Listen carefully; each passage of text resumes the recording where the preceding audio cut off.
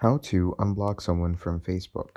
Hello everyone, welcome back to another video. In this video, I'm going to be quickly walking you through on how you can unblock someone from Facebook. So what you're going to do is you're going to come over to your Facebook, and once you're in your Facebook section, over here, what you're going to be doing is you're going to go to the menu. From here, you're going to go into your settings. From here, you're going to go into your privacy settings. So you can go into this place over here, click on settings like this, and once you click over here, you're going to obviously make sure to switch to your main profile, which is going to be your profile through which you actually go ahead and block people. And once you're over here, you're going to go ahead and search for blocking. Once you search up blocking, here you bring in blocking, and if there's anyone that you have in your blocked list, so let's say if I were to go ahead and block this person, right? So once I block this person, I'm going to come to my blocking list and they're going to be blocked. So to unblock them, simply click on unblock and they're going to be unblocked.